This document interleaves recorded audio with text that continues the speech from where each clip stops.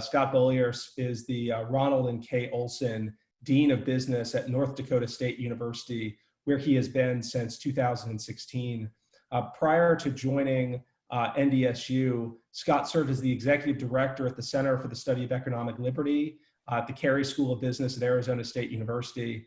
And before that, from 2010 to 2015, Scott was the executive director of the Manuel H. Johnson Center for Political Economy at Troy University and was the chair of the Department of Economics at Troy as well.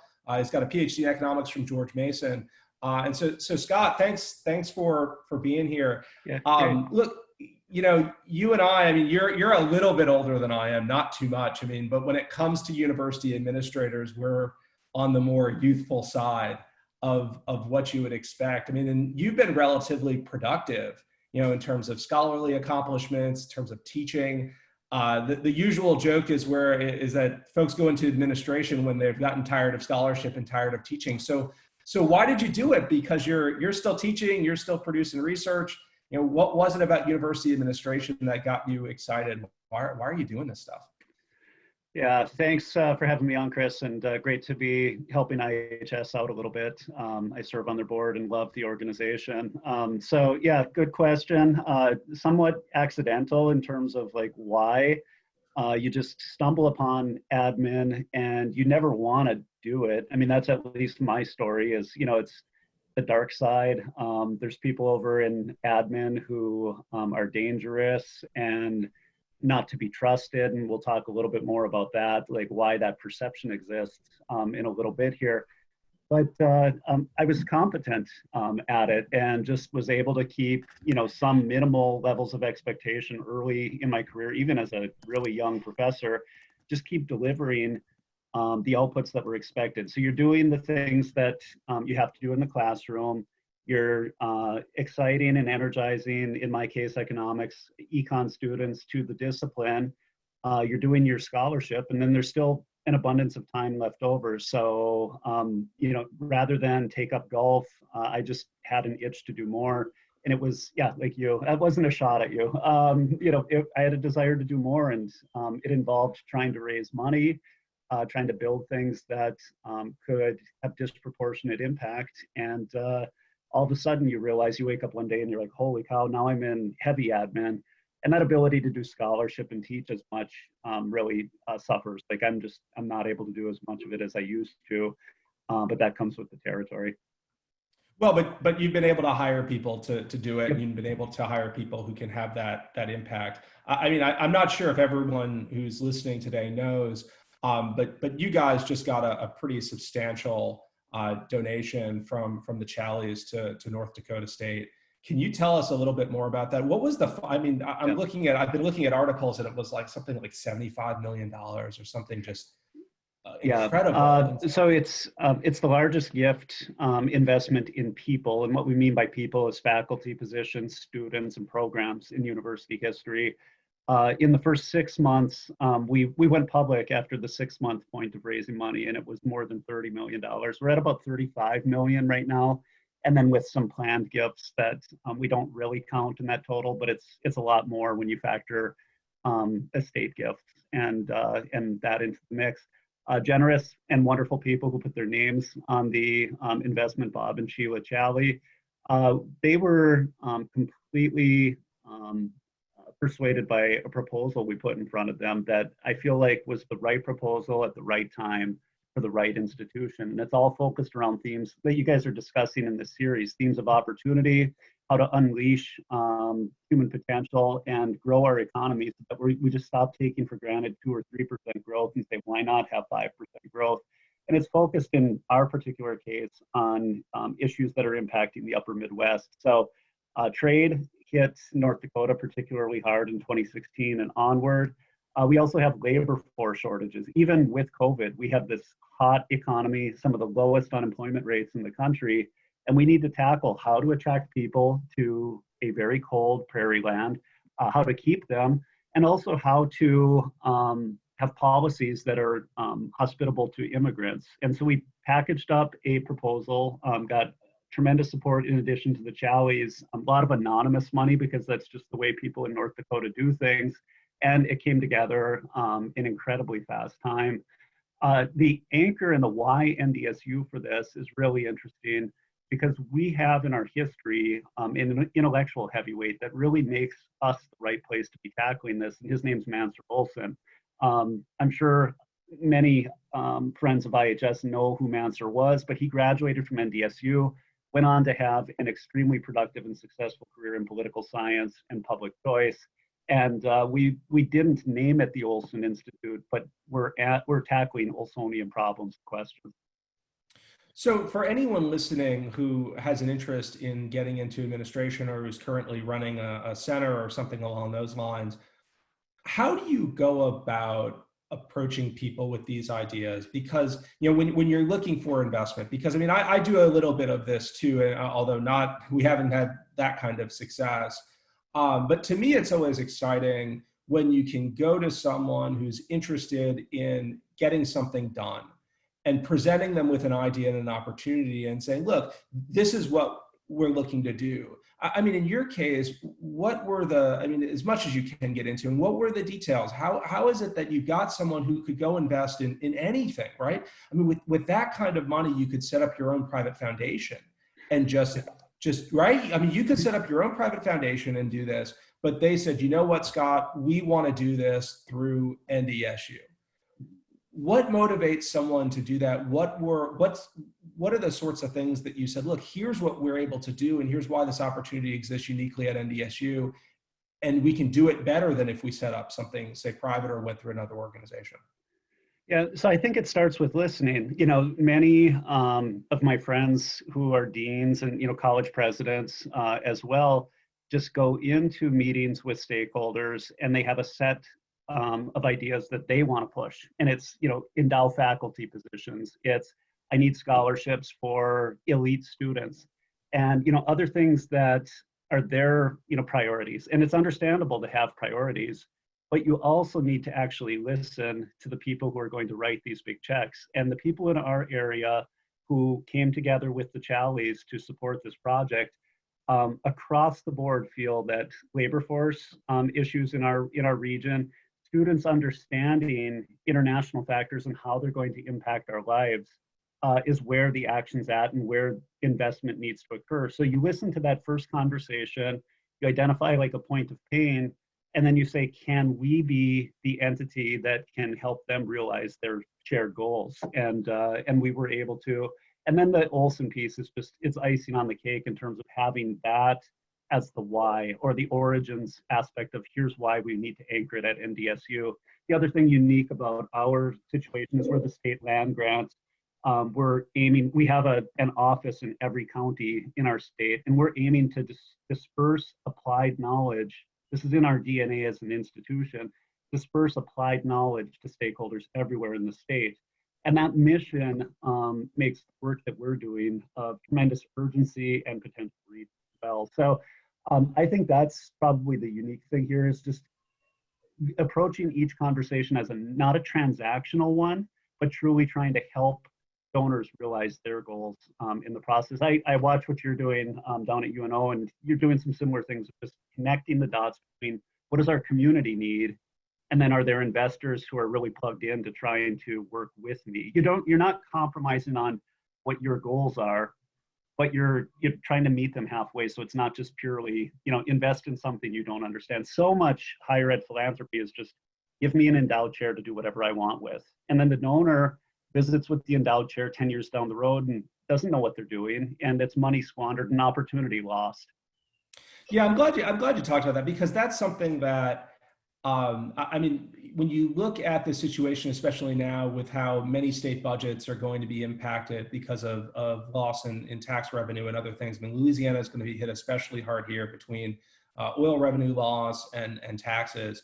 We're probably going to see decreases in higher ed support. And so tapping into private donors and private supporters to help us accomplish the things that we know we want to accomplish at the university, I think going forward is going to be even more important. And so one of the questions that I would be interested in getting your thoughts on is, you know, there have been all sorts of discussions over the past couple of years as certain higher ed donors have gotten involved with increasing amounts of funding. How do you balance say, the respect for academic freedom and the open mission of inquiry at the university, with also trying to get the donors to, I mean, as you say, look, they have their interests, right? The Challies have certain interests in the types of things that they want to support. I receive a substantial bit of money from the Templeton Foundation and from the Charles Koch Foundation. Both of those foundations are set up to advance certain aims. What do you do to make sure that the interests of, say, private donors don't negatively impact what we should be doing at our universities in terms of academic freedom and open discovery and discourse? Yes, there's a few things, so, I mean, first, we're happy to do business with any alum, any corporation, any entity that wants to support student success, that wants to help us achieve our goals, and when it comes to, the gifts that are supporting various programs, it's clear as a starting point, there's processes and procedures for everything that we do, so the Institute has an advisory board, and we report to the advisory board on here's the things that we've been doing and here's our annual reports. But fundamentally, it's university processes that determine the hiring of each and every individual. The shaping of direction of research is all driven by a director who's, he, in our case, it's a guy named John Bitson. He's able to do basically whatever he wants in terms of tackling the research questions he's interested in pursuing. Now, because we had a proposal in the case of the Institute that said we promise to tackle these 3 areas of research, you're bound by that in a very general sense. But then underneath it, it's that team. I can't wait for the entire team to be hired. We're just in the early stages, but it's that team's prerogative to tackle the questions that they're most interested in. With this, itch from me that we at least have some sensitivity to what the donors are interested in. Because if you're doing research that is somehow relevant to other stakeholders, it can be something that continues to get supported and funded. But it's their call. They call the shots on what projects they want to take on and which ones they don't. You wouldn't believe the number of times an opportunity arises to do research that I kick it to the person who seems most likely, and I say it's completely all right to say no. 9 times out of 10, they say no, I'm not equipped to tackle this. I don't have the time. And it's really just driven entirely by what a person wants to take on and what opportunity is there. So my approach to higher ed philanthropy would be happy to work with anyone if it means moving the university forward, if it means helping our students. And I think we have thousands of supporters with varied backgrounds, interests, and passions. So tell me what you think. I mean, I want to get back to the discussion of administrators and fundraising, but tell me what you think, say, inappropriate involvement from a donor might look like, where you would say, look, the donor was going to give us like $5 million, but the donor said or wanted to do X, Y, and Z, and that just didn't work. And so, we had to turn down that money. What would that look like? There's cases that you can read about where they're just overstepping. You want to finance a building, and then you want to designate which architect is involved in doing the work. That's pretty easy and quite shady. Along with donors, just meddling in building like that. Other things that are oversteps are just asking for certain kinds of outcomes or certain conclusions from various research or policy studies as well. Like, I want you to just find a conclusion that is just so. That's all just, it's dirty, and it's not something universities should be putting their stamp on. So there's when you get into the student area, can I be involved and help with selection of students? That's another one. I mean, look, and we've talked about this issue before in terms of inappropriate influence. And I think to go back to one of the things that you had said previously, a lot of times administrators will go into the room with donors and just see like the checkbook and take 2 approaches, right? One approach is, let me do the hard sell on whatever it is that the metrics are at their university are counting, right? Scholarships or whatever. The other way a lot of times I've seen it go is the administrator goes into the room and the metric is the dollars. And so what do I need to tell this person to get those dollars? And so I guess I wonder, I mean, this is, one of the things that I'm always curious to talk about is and I mean, you've been at this for a while. When I started building the center and doing the programming, not even at UNO, when I started at Tulane, the first piece of advice that I got is never trust a university administrator. Like the joke, right? How do you know the administrator is lying? Well, they're talking, right? Why do you think that is? I mean, we all have experiences of, like, I want to try to say nicely, but it's just like dishonest behavior. And it seems more, I want to say seems more rampant in higher, or a different kind of it. And let me, I guess, put it this way. I tell my wife, who does a lot of employment law work. So she's an attorney, she does employment law. She handles all sorts of crazy stuff. But I tell her stories of, like, not necessarily stuff that's happening with me, but stuff that's happening with folks I know, and say, look, these people signed this contract, and then the people at the university were just like, yeah, we're not going to honor it anymore. What are you going to do about it? And so you hear these stories, and she just sort of shakes her head because, like, this would never happen outside of the, why do you think we see, I mean, do you think we see a lot of this? Do you think it's just the stories that get passed around? I mean, what do you think is the cause for a lot of this? That's a big question. And you're talking to an administrator, so I'm scared to talk now. I am too. So, at this point. I think that there's a few different things going on there. So some of the cases are ones where an administrator simply can't talk about the issue, and it gets treated as must be lying or must be evading. And they can't talk about it either because they've been told you can't talk about it yet by their supervisor, provost, or a president, or they legally are bound and limited from talking about it. So what might come off as shady, evasive is actually just, it's a legal issue or a confidentiality issue, or they're under orders. Like, you're not talking about the budget problem right now, and period. And if you talk about it, you can just resign. So there's that aspect, but that's something that corporations have too, where you have to deal with secrecy, and certain levels of people can know things and others can't. So to the extent that higher ed is filled with more of this, I think you go to just incentives that are at work in different organizations. So do the deans, for example, have clear metrics that are driving their outcomes each year? And are you living or dying by them? Or is it just kind of this very nebulous, they're doing a good job, and it's about just protecting yourself? Because if it's the latter, as opposed to having measurable, deliverable outcomes, if it's the latter of just self-preservation, of course you're going to engage in more behaviors to preserve yourself. And those can be very short run in nature. I do think that within higher ed, there is, at the administrative level, there's a premium for people who are just straight shooters. Like, having a reputation of a straight shooter, being honest, being direct, are things that are appreciated and valued.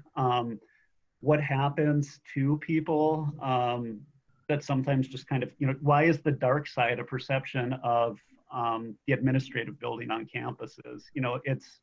I think it's something that happens to some over time, and it's unfortunate. I don't know, Chris, if it's particularly severe in higher ed, but the perception certainly is there. Yeah, so we were talking with Daniele Strupa from Chapman a couple of weeks ago, and he has been remarkably open and transparent with his faculty, and as best as I can tell with their students too, about the challenges that Chapman is facing when it comes to pandemic response, right? That they're losing all sorts of revenue on study abroad programs and on housing if the students come back. And he sat down with the faculty and said, look, here are the 3 or 4 ways we can go, because we have X amount of dollars and we can't, just how it is. and it's surprising to me, although maybe not when you start thinking about the incentives, but it's surprising to me that more universities haven't gone that direction, because it just seems like there was an opportunity for some university president, like any one of them, to come out and say, you know, like a month ago, look, we're going online in the fall.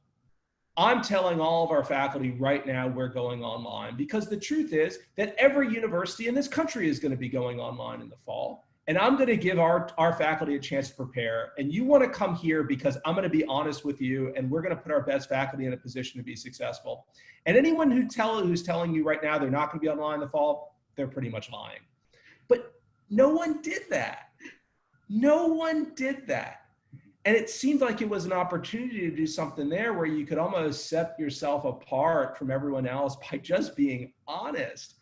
And so I wonder why we don't see that. Like, why in higher ed, when we don't see that kind of leadership and that kind of, that's not really innovation, but you know what I mean? Like people coming out and saying like, look, we are selling a product. Like education to some extent is a product. The college experience is a product. And damn it, we're going to sell you a better product than these other people are trying to sell you. And we just don't see that. Any thoughts on why?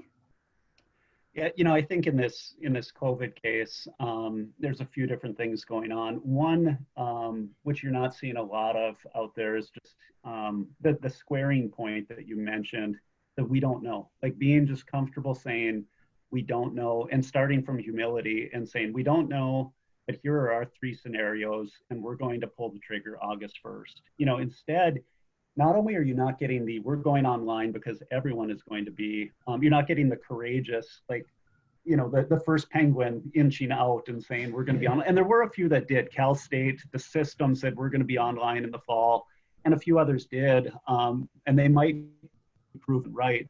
But you didn't get that kind of courage because people are kind of just hunkering down and staying close together. But you also got these elaborate and like futuristic plans that seem completely implausible too. And people are spending inordinate amounts of time on, we're going to be ready for the fall. And I think it's going to be a lot like Major League Baseball for some of these places. Like they do everything they can, they get there, and then they might end up saying, well, we gave it a good try and we got to go home anyway, which is horribly frustrating for people too. The difficulty in just saying, we're not sure, we don't know, but we have a few scenarios, is one that is, it reflects a lack of confidence, you know, like, and it's actually just humble and honest, but it reflects you're not sure. And I think that some leaders just have a view that we can't be uncertain in our response. So we're going to be certain with our plan. And it's this really confusing plan of, you know, with a gazillion contingencies that make no sense and are inconsistent at most places. Well, and a lot of it's driven by the finances, right? And so the Cal State system, right, has a relatively small number of residential students. Right. And so for them to come out and say, look, we're going to be online, gives those students some certainty, right? They're not there for, many of them, not all of them, obviously, many of them aren't there for, you know, the same type of college experience that, say, the students at Tulane in New Orleans are going to have. I mean, it's a really difficult challenge. And I just, you know, part of me wonders why we're not seeing more sort of drastic innovation coming out of this. You know, ways to adapt the curriculum, ways to adapt academic programs, ways to rethink what some of the college experience looks like.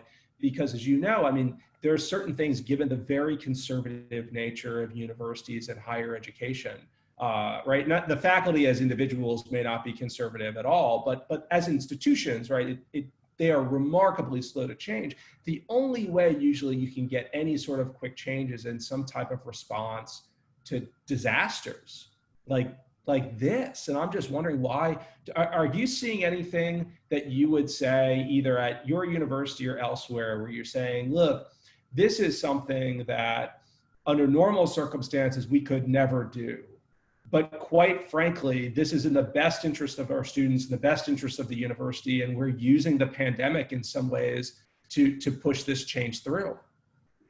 Yeah, I thought initially this was going to be a real test to tenured rights of faculty across the country. I thought that was going to be something that ultimately had to give. We were going to have to really rethink either the tenured professor business model, or most places were going to have to implement really serious haircuts to what people are currently making based on the crisis. Some of that's happening. There are a few places that have gone conditional. If our students do not return in the fall, you're still a tenured employee, but you're going to make X% as opposed to your entire salary. So that's happening at a few places. I thought it was going to be tested a lot more, but what I'm seeing in general across higher ed is an approach that's a lot like the approach we've seen the last many years, which is like, where can we find some staff? Where can we find lecturers and people in other categories? And these are the backbone of the university, by the way. I mean, they're allowing for scaling of universities. They teach gazillions of students relative to tenured faculty, and they'll be cleaned. I mean, that's going to happen at a lot of different places. But very few are going down the road of either prioritizing programs and saying we shouldn't do everything. There aren't that many doing that, which involves having a lot of guts and a lot of courage. So there's not a lot of prioritization. And the tenured piece is one that just isn't changing that much so far in the crisis.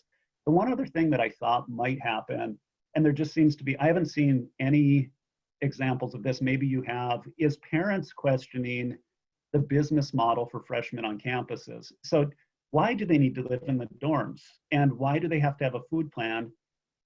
These two things seem very unsafe right now. Maybe we could have alternative models of delivery for those two pieces. And I don't know that I've seen anyone in higher ed say, we can keep you safe in the classroom. We're not so sure about your personal life, and we're out of servicing that. And you know why, Chris, as much as anyone, it's money. Like you can't surrender the food plan and the housing, because that's where a lot of money is coming into universities. But I thought parents would test it. Like it's a mystery to me since this all began that a few things haven't happened. The testing on those two areas. And then when you look at the larger national picture, where are the critics of what's happened in our nursing homes across the country? Like it's not there, and it's kind of baffling.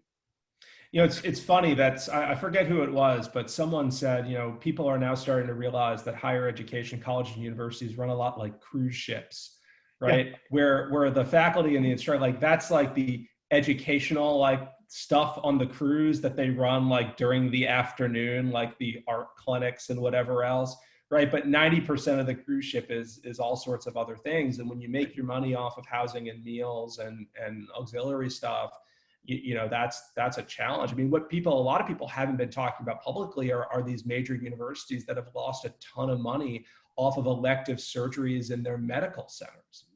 Like you just look at these institutions and you just think, undergraduate education or education generally is such a small fraction of what a lot of these institutions are doing. What I've found surprising, so I don't know if we also talked with Bro Adams a couple of weeks ago. So Bro was the president of Colby College when I was a student there. And Colby's one of these small schools that has a crazy, I mean, they're in the middle of nowhere, but they're like, we're going to test every student like 4 times a week and whatever. Like, okay, have at it. Good luck. But you look at Colby and you say, why isn't a place like this eliminating its athletics program? Mm-hmm. Right. And Bro brought this up. He said, that Colby spends so much money on the Division III program. And I was on the golf team. I mean, we weren't halfway serious, but I start looking at those things and say, universities with foods and meals too, right? Universities have gotten so far away from what the bread and butter is of what we should be doing. Food and meals makes the money in many cases. Athletics loses the university money, even when you think about the free advertising and everything else. I mean, North Dakota may actually be a school that benefits from its athletics program, but the vast majority don't. And we haven't seen really anyone, for the most part. I mean, Morehouse has said they're not going to run a football schedule next year. Stanford's cut, like 5 teams or something. But almost no one has talked about cutting athletics. And these are the types of cuts where I look at it and say, why aren't we doing more of this? I mean, what do you think it is on that side? Is it just public perception of that those sorts of cuts are bad, or Yeah. what is it? I'm not sure. We have a really successful football team and just great athletics programs in general. They've, in the last several years, endured their cuts like the rest of us have, but there's not an appetite for that, and those are decisions way above and beyond me here. When you look at the places you mentioned, though, the liberal arts colleges in particular seem to be more clearly defined as we are offering a strong educational experience. So you would think that decoupling and just saying we're getting out of the business of athletics, what I think it is actually there's calculations being made of, well, what would we do without homecoming? And there's fundraising elements of everyone remembers us having football. It was no good, but everyone remembers it. And it's some kind of imitation of this is what Harvard did a really long time ago, and so we ought to do it. That is just hard, really, really tough to correct course and move in a different direction on. The other piece here, from what I understand, I saw St. Cloud State. They're our neighbor. 2 hours east of here. They tried to shut down a few programs, and it became embroiled in Title IX and the courts. As did UND. They shut down women's hockey, and it just wasn't worth it for the president took heat for it, and politically, just you can cut elsewhere, and it's not nearly as ugly. Yeah, it happens on the athletics program side, the academic program side too, right? So I remember when I was at Tulane, and Scott Callan was the president there, and he was president of Tulane during Hurricane Katrina. And one of the things they did after Katrina, because they were worried about the survival of the university, is they eliminated the College of Engineering. They eliminated the engineering program at Tulane. And this caused all sorts of, it's not like eliminating philosophy. Like you cut philosophy and they're like, whatever, right? But you cut engineering. And Callan's argument was like, look, we lose so much money on our School of Engineering. It's like, we are subsidizing engineering. We just can't continue to do this. And this has been a similar to, how the science budget they go to. But no one has the appetite for that, right? They cut English instructors, they cut, philosophy or whatever else. And these people are getting paid like no money, and they're teaching a ton of students. Like from the economics of it, it makes no sense, the sorts of cuts they're making. And so part of me wonders, and I'm fighting like I joke, people ask me, what do you do at UNO? I said, let me open up my email. I'll probably have like 5 more jobs that I'm doing now. But part of the concern is to say, look, if you could get into the position of a college president, you could then make these decisions. But can you really, I see the head, like, can you really? Surely people have approached you about this, and like, could you do, like, what do you think you could actually do? Given the culture of some of these places, if someone dropped you in at like a Colby or one of these small, like, what do you think you could actually accomplish beyond just sort of keeping the ship kind of going in the same direction while making sort of minor adjustments? Yeah, it really depends. There's plenty of examples of presidents who, just do that. They're placeholders, and they're, just representatives. They're presiding over the university, and they believe in just letting the university do its thing, and they're at the helm, but they're being driven by all the engineers underneath them, and we do have these examples, though, of just tremendous visionaries. I got to work for one for a few years at ASU, and it was fabulous. Michael Crow's one of the best, probably the best in the country. He shaped a vision. He is relentless in not apologizing for being about access, about being inclusive, contextualizing the ASU research so that it fits in with Phoenix, Arizona. Mitch Daniels at Purdue is another one. 7 years or 8 years in a row of solving for zero, like we are not increasing prices on students. So you can shape big goals, I think, as a president and say, I'm not bending on that. And those, if you set the course with the right one, like I'm not raising prices on students, I think has a lasting legacy that that can be really, really significant. I love deaning because deaning is, just kind of this really great spot where you can be laser focused on your college, you advocate for it. The getting off course where other people are managing your time, it's there, but it's not as severe as a president getting kicked around by a board, by, if you're a public university president, the legislature. You've got just a million different stakeholders, and it's easy to do what you just described, bobbing. You're just bobbing around. Being a dean is pretty sweet because you're the CEO for the organization, and you get to be external and connected to people and involved in the community, especially if you're a business dean. But it doesn't have the possible downsides in the same way that being a president does. That's the first time I've heard someone say something positive about being a dean. I mean, it's no, I mean, seriously, yeah. The concern's always, right, that you end up as middle management, yeah. Right? It depends on autonomy. Sometimes. Yeah, it depends on the autonomy of the that you're given between the provost and whatever else. I mean, I guess so. One question that I would have is, how much of being a successful university administrator requires you to not be worried about, say, ticking people off and losing your job, right? And your willingness to do what's right. Because when you talk about what's happened at Arizona State or Purdue, one of the reasons why we're talking about them right now is because they've been successful, right? But also you have two people who, those guys aren't going to be poor, right? If they're out of a job, I don't know if they play golf, but they're doing it, and they could probably do it for, like, they could cut their salaries down to $1 because of the pandemic, and they're not going to be negatively affected. But you have a lot of people in higher ed administration that don't want to return to the classroom, don't want to go back to research, certainly don't want to go back to like a 3-3 or 4-4 teaching load. How do you think that impacts the decisions folks end up making? Yeah, it's a good question. My biggest fear, if I ever step down for being a dean, is my parking spot's really good. So losing that would be devastating. I've got a good mentor who, told me when I got started, never be a dean and never be in a position where you have to be a dean. And I think that the people you just meant, that we were just talking about, Crow and Daniels, they don't ever have to do that. And if you have that attitude that I don't need this, and you're not doing it for the money. I mean, there is more money, but it's a lot more work. If you're doing it for the enjoyment of the job, the challenges, like the mental challenges that I face on a weekly basis are like nothing I've ever experienced. And I find that aspect of it just a lot of fun, to just be engaging in a level of flow management that you realize you can handle, and it challenges yourself.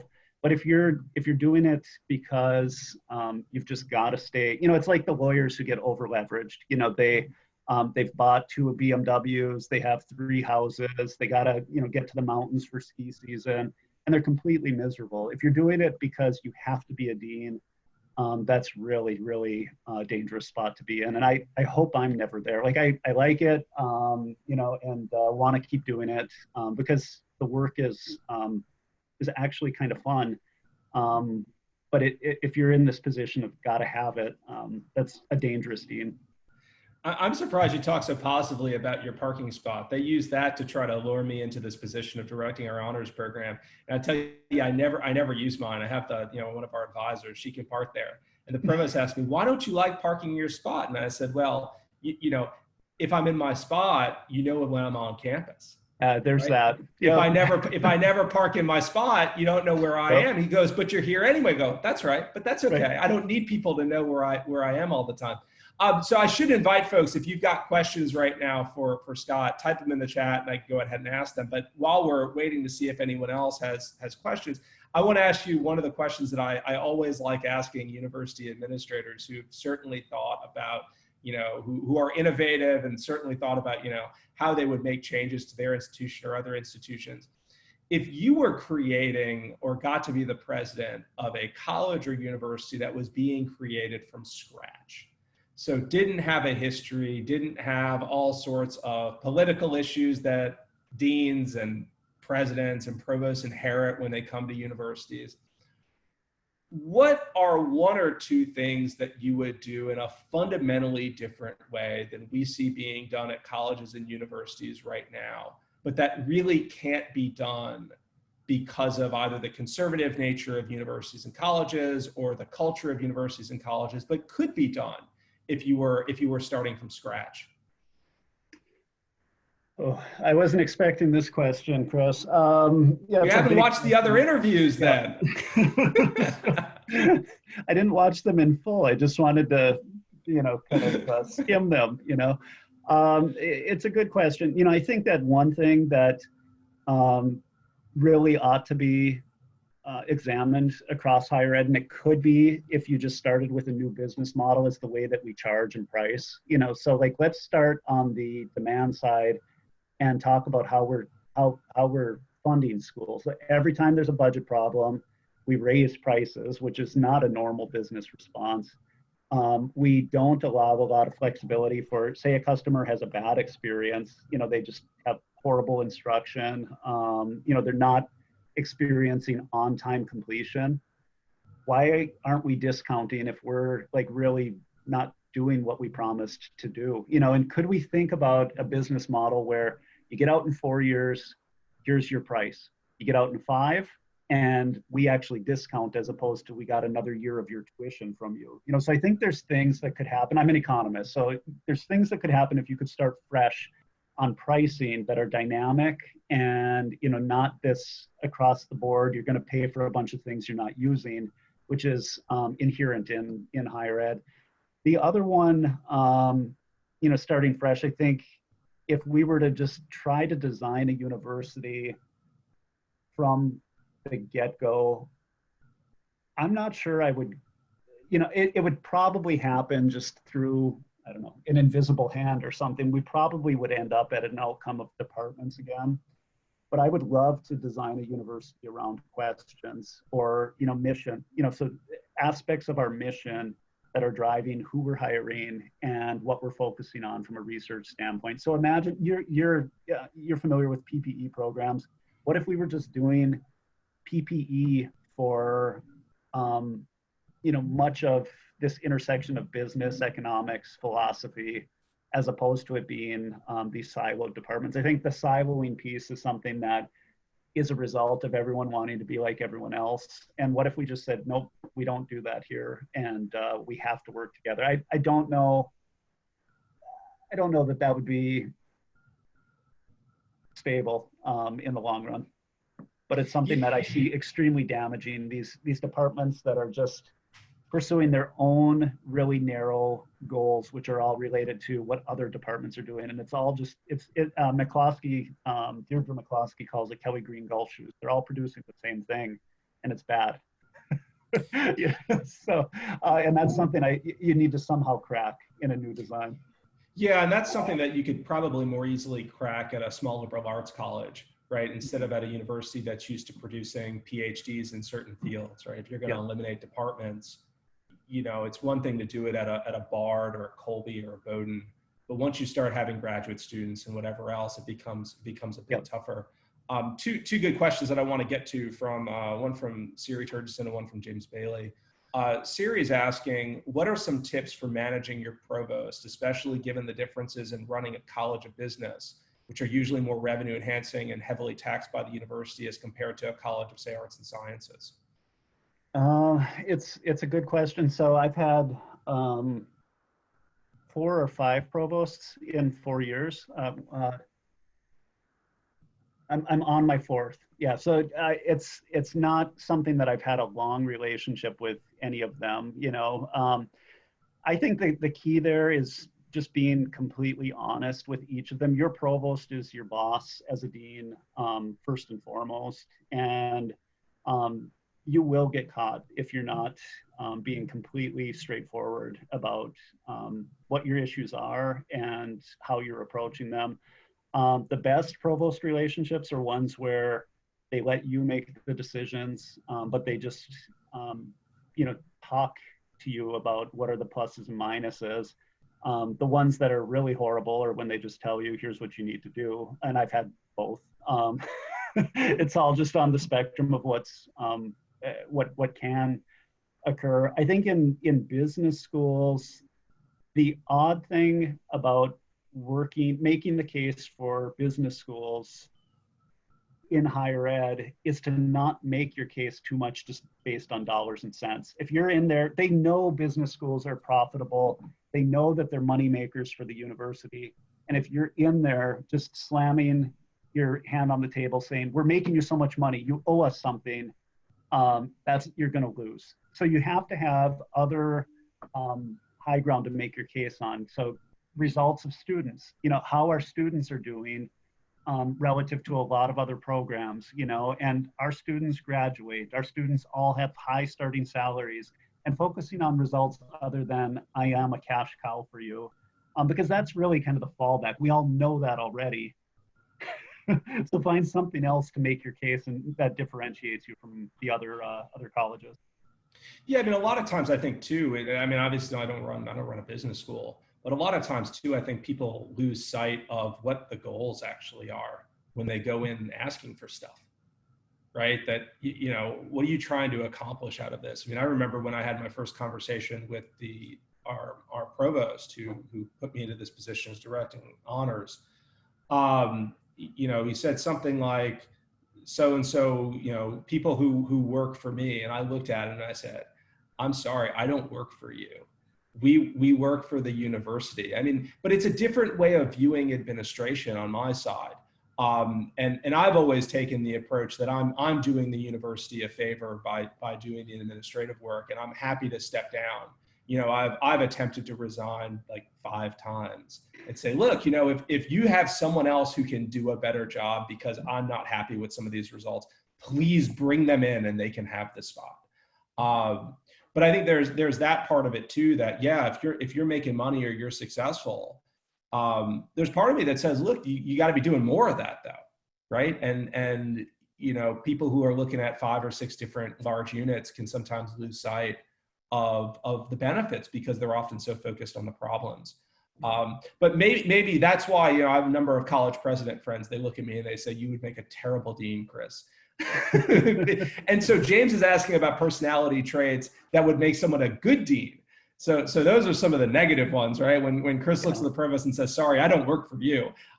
We work for the university. But he says, what makes someone a good dean? What makes the job enjoyable? He says, like most academics, I'm an introvert who likes research. I assume this means administration probably isn't for me. I don't know. What do you think on that? What are personality traits that make someone a good dean and otherwise allow you to enjoy it instead of seeing it as drudgery? First, so I think introverts can make fabulous administrators. It probably has to be the right situation. Often it's a turnaround where you're trying to just help repair a place, or the place is really stable as it is, and you can get help covering some of the areas where you're not effective externally. I look at, I've got really nice networks of deans, and I think that what I see as common characteristics of the ones who seem effective within those networks are, and so it's sample bias. I don't like hanging around dishonest people, and we already covered that ground, but people who are tremendously honest and straightforward, effective communicators. You have to be able to communicate often on the fly a little bit of information and remember it. I think that the other ones that are, really important along with honesty and communication are just a humility again, going back to something we covered already, just a willingness to say, here's the issue, here's what I know. I promise to continue to give you updates and let you know, but here's the challenge, and I don't have an immediate solution to it, so let's tackle it together. So those are the ones that are important. I try to inject a fair amount of optimism into the job, and just a sense of humor about it too. We have the very best jobs that just about anyone in the world could possibly have, even as a dean, where I'm doing a lot of the awful work. It's a dream gig. It's a completely dream, and something that I never imagined being achievable in my own life.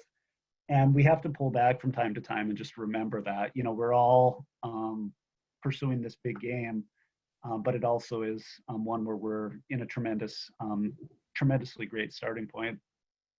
So yeah, I mean, another question came in on one of those topics, which is, so what happens? What do you do when you encounter a situation where someone say, let's go, you're a dean, so we'll imagine that it's like the provost, right, or the president, makes certain promises to you, either in regard to your position or your college, or makes promises to, I mean, I think if they make promises to the faculty, it's easier because then you're fighting for someone else. But they make certain promises to you. Let's say they even put them in writing, and then they essentially renege on those promises. I mean, what do you do in a case like that? How do you address that? I imagine that you've had that experience at one point or another. And what do you do beyond just say, look, I'm just going to leave?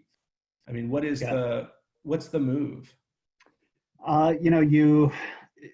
It's pointless to actually keep reminding the people of promises broken. And if you do that, you're just reminding people that they didn't tell the truth, or they didn't follow through, or they didn't have your back. So I just move on and treat it. I'm an economist on this, and it's just, that's a sunk cost. It didn't work out. And you move on, but you don't forget. You can remember sunk costs. You just ought not to keep acting on them. And there are examples, big and small, for everyone. If these were little things that were going to happen and they don't work out, and it's you deal with it. And I think that that's the best advice I can give. It's gritty. You're best not dwelling on it, because it's a torpedo strategy to your deanship otherwise. And if you dwell on that, you're not helping the college anymore, because you're completely toxic in your attitude that the administration's a bunch of liars. And if that's your feeling, and that's what you're hung up on, you're not going to propel your college forward. But promises that were made can completely slide. The best ones when promises are broken is if there's like at least an explanation attached to it. Look, I know we were going to do X, and then the budget storm hit, and at least there's some grounding for why X was done in the first place. Well, on this in higher ed administration, I mean, do you have any suggestions for books or articles that you would suggest someone who might be interested in getting into higher ed administration read? Yeah, sure. So a good and short book that I think a lot of people ought to read is Contrarian's Guide to Leadership. It's by a former Stanford president, and I think he was an engineer by background, but lots of just really great advice. Advice such as, like, don't watch the news, just get your news from all of the people who are going to chatter with you each day. You're going to have so many conversations, and if they say, oh, did you see what happened last night? You pick up the news through their perspective, and it's kind of a better way to live. Read great books, lots of things about decisions. Do you always need to make a snap decision? Often you're not even the person who should be making the decision, and always be thinking about, is this a decision I need to own or not? That's a good one. Again, I mentioned Michael Crow. He has a new book out, The Fifth Wave. His previous one, Designing a New American University, is great, and just it reflects what he did at ASU. That's brilliant. Is he took his Iowa State roots and he dropped them on this great big teaching college. So he took a land grant and he said, I'm going to drop that in a metro area. And the New American University book is probably that vision best crystallized and best described. So those are two that I personally have enjoyed. I try not to, we have a book club at NDSU. So the deans get together and we read a book, and usually we just deviate from that and we just complain a lot, but we've had some decent books in the book club. One that if you're really into the, like which direction should a university go on across the board versus prioritization, is called Prioritizing Academic Programs. And it attempts to try to evaluate and help you make sense out of what programs are delivering value and which ones aren't. But that's for administrators who really want to go down that road.